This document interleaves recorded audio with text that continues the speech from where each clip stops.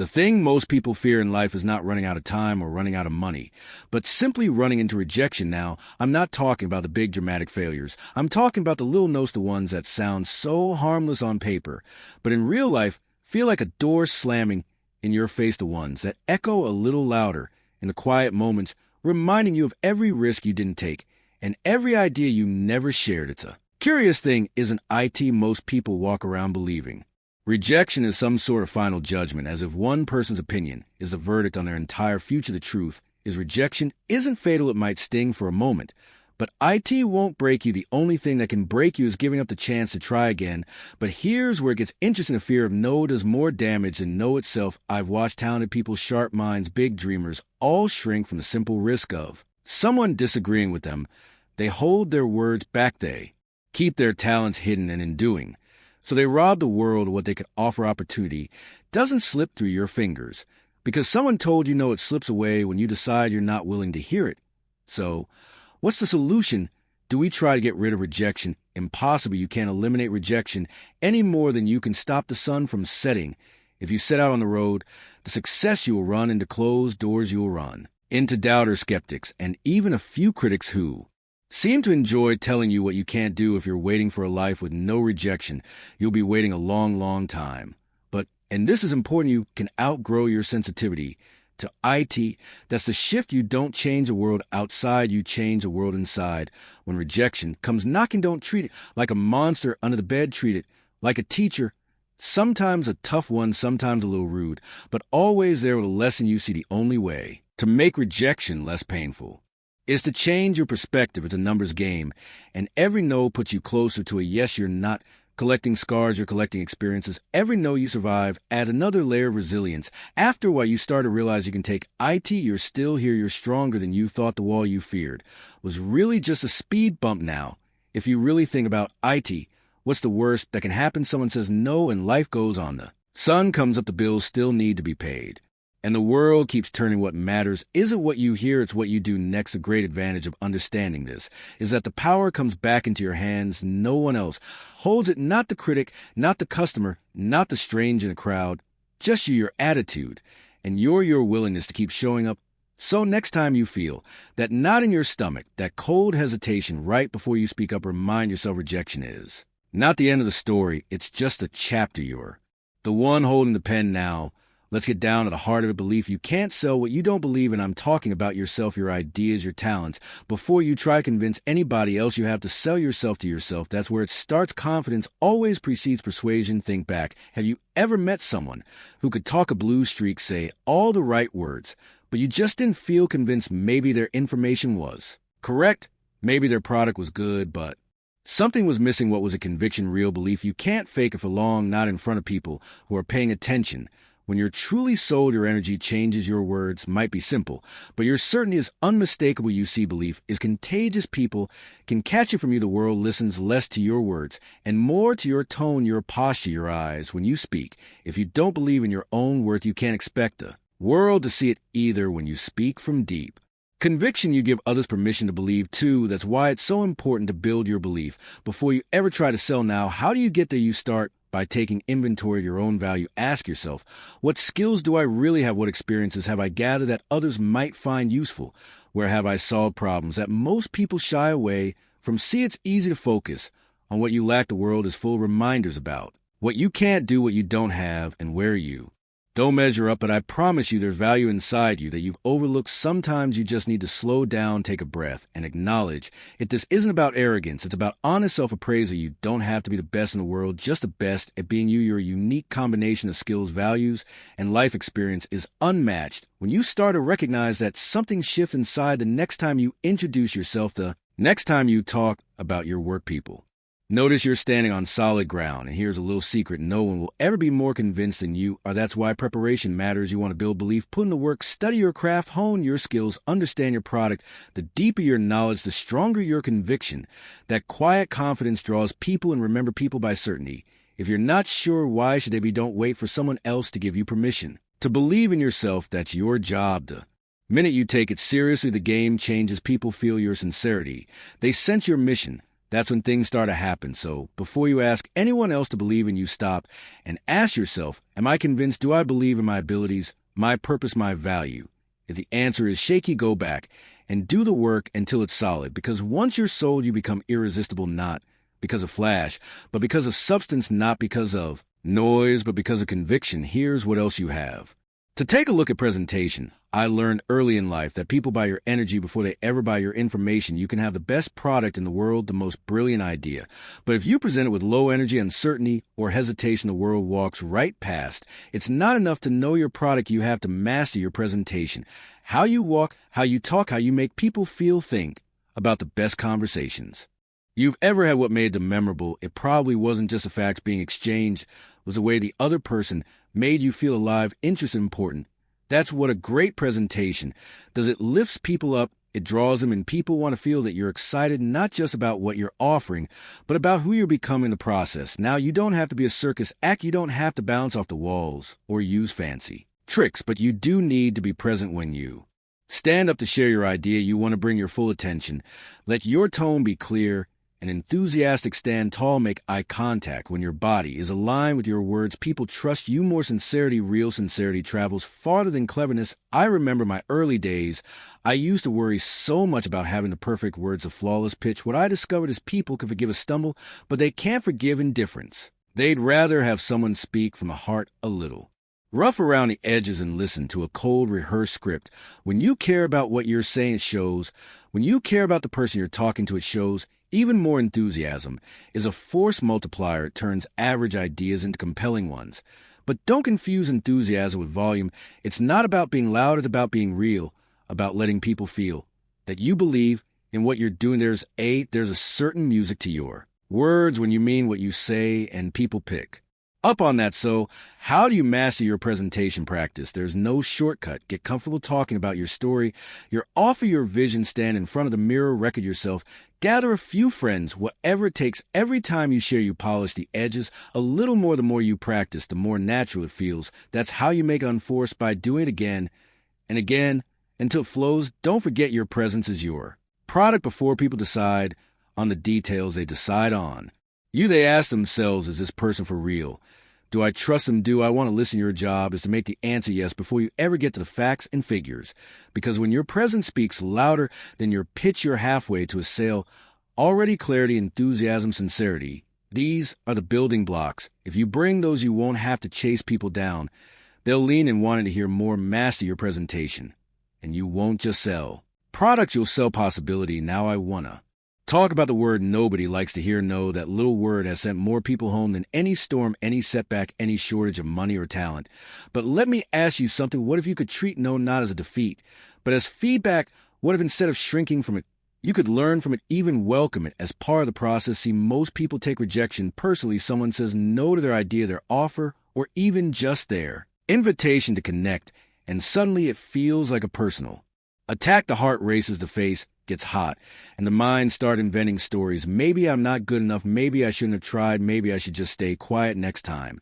But here's the truth. Rejection is just information. It's the marketplace speaking back to you, and information, even uncomfortable information, is valuable. Professionals handle no differently than amateurs. Amateurs absorb it, let it eat at their self-worth, and carry it around like a heavy stone. Professionals analyze it. They want to know, why did I get that answer? Was it my timing? Was it something in my wording? Did I misunderstand the needs of my audience? Each no becomes a clue, a bit of data to refine the approach. Think about it. What if no just meant not yet? What if it meant I need more information? Or I'm not ready right now? If you start to see no as a doorway instead of a wall, the whole world opens up. Every time someone turns you down, ask yourself, what can I learn here? How can I adjust my message? Where could I improve my timing, my listening, or even my enthusiasm at a little shift? But it changes everything now. That doesn't mean you won't feel the sting. We're human, and nobody enjoys being turned away. But if you want to grow, you've got to trade sensitivity for curiosity. Instead of letting no make you smaller, let it make you sharper. The only difference between those who succeed and those who give up is the ability to get back up, dust themselves off, and ask what's next. One of the greatest skills in life is learning not to personalize rejection. The no is almost never about you. It's about the moment, the mood, the circumstances of the person you're talking to. Maybe they just paid a big bill. Maybe they had a long day. Maybe your offer just needs a little fine-tuning. But unless you ask, unless you keep coming back, you'll never know. So here's what I suggest: start treating every no as a stepping stone, not a stumbling block. The more you hear it, the less it hurts. And the more you learn, pretty soon you'll look back and realize you built a path to success one no at a time. Reframe it. Say to yourself, that wasn't rejection. It was just a redirection. The answer wasn't no forever, just no for now. The marketplace rewards those who keep showing up, those who can hear number 100 times and still show up with a smile, ready to ask again, ready to serve better, ready to learn. Remember, every no brings you closer to a yes. It's just feedback, and if you're willing to listen, it will make you better than you ever thought possible. Now here's what changes the whole game: creating value. You see, when you focus on solving real problems, you shift from selling to serving. There's a world of difference between trying to convince someone to buy and simply showing them how you can help. The first approach feels like pressure, the second, that feels like relief. Here's what I discovered: when you become valuable enough, your reputation does most of the talking. You don't have to shout about your abilities. Word gets around. People start to mention your name when you're not in the room. That's the level you want to reach, not chasing opportunities, but attracting them. Now ask yourself, what problem do I solve? How do I make life easier, richer, or more meaningful for someone else? When you put your energy there, you stop worrying so much about rejection. You get busy making a difference, and people notice. They can't help it. We're all drawn to those who genuinely want to help us. When the mistake many make is believing that selling is about slick words or clever tricks. But the real secret is value. When you offer something that truly matters, when you stand behind it with pride, people sense that they feel safer with you. They trust you. And when trust shows up, resistance melts away. I remember working with people who thought success was about pushing harder. They'd memorize every script, rehearse every rebuttal, but you can only push so long before people start pushing back. But when you focus on value, something remarkable happens. The conversation changes. People lean and they ask questions. They want to be part of what you're building, not just by what you're selling. Start thinking like a problem solver, not just a promoter. When you sit down with someone, listen closely, find out what keeps them up at night, dig for the real needs, the real challenges. Sometimes what they think they need and what they truly need are two different things. Your job is to bridge that gap. Now, this doesn't happen overnight. Value is built, not declared. You become known for the way you follow up, the way you go the extra mile, the way you treat people when no one's watching. And over time, your reputation grows. People say, if you want it done right, call that person. If you need help, talk to them. That's when doors open for you, sometimes before you even arrive. Here's the beauty: when your focus is on value, you stop fearing rejection so much. You know what you offer is worthwhile, and you're proud to share it. If someone says no, that's fine. Maybe you're not the answer for them today, but you'll keep looking for someone you can help tomorrow. The marketplace is always looking for people who bring solutions, not just sales. If you become the person who shows up with answers, not just products, you become indispensable. The goal is to become so valuable that people feel lucky to work with you.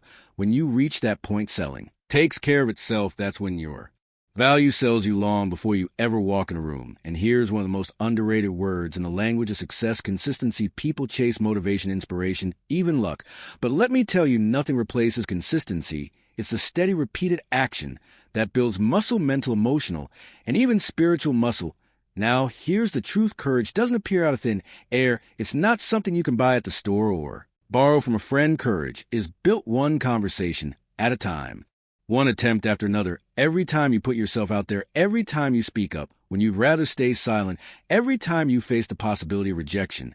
And go ahead anyway, you add another brick to your foundation.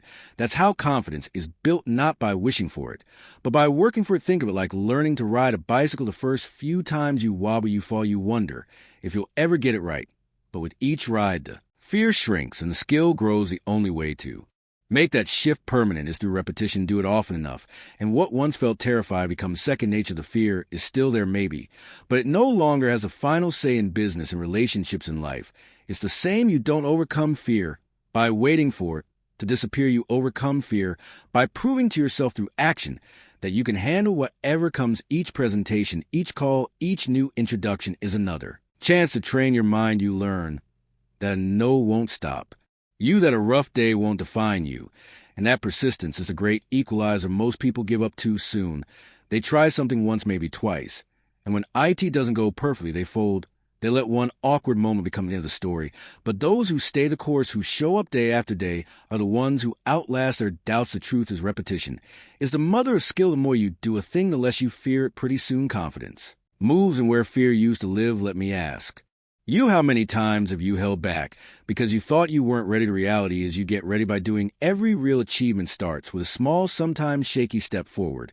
And the more steps you take, the steadier you become. What used to scare you now becomes routine. The conversation that once made your palms sweat is just another chance to connect. The opportunity that fell out of reach now seems within your grasp. Consistency turns mountains into molehills. You stop being intimidated by the process because you're living in it every day, and that's where true confidence comes from. Not just knowing you can do it, but knowing you have done it over and over again. So stay the course, show up when it's easy, and when it's not, let courage become your habit, because the only way to outgrow fear is to keep moving through it again and again until what once stopped you becomes just another part of your story, and one day you'll get what so many people overlook when they're trapped in the fear of rejection. The reward, every sale, every opportunity, every new relationship begins with selling yourself first, not just to others, but to yourself. Your mindset, your resilience, your sense of worth, these are the foundation stones. Without them, nothing stands for long. You see, the moment you stop letting rejection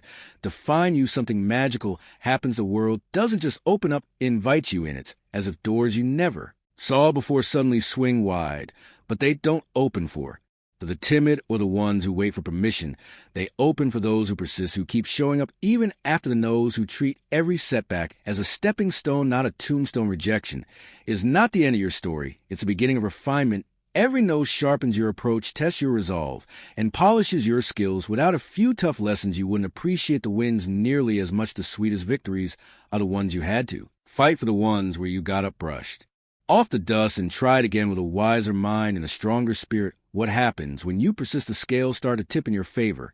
Where you used to hear only criticism, you now find clues. Where you once saw a closed door, you notice a window. The world is always looking for those willing to do what others avoid, those who will weather the storms, learn from the losses, and keep their eyes on the horizon. The person who can sell themselves, who can stand up after a setback, who can stay true to their mission when the applause fades, who keeps refining instead of retreating. That person is unstoppable, because the real reward isn't just in the sale, the applause, or the recognition. The real reward is in who you become along the journey. You start with fear, but you end with freedom. Freedom from worrying what others might think. Freedom from shrinking at every no. Freedom from the limits you once believed were set in stone. That's what persistence buys you, the right to walk into any room, any opportunity, and know that rejection can't touch your worth. It can only shape your wisdom. So as you go forward, remember this: your greatest resource is not your product, your pitch, or your resume. It's your willingness to keep showing up, to keep learning, to keep believing that something good lies on the other side of every no. Rejection is not a verdict, it's a lesson. Let it refine you, never define you, because once you sell yourself on your own potential, there's no limit to how far you can go.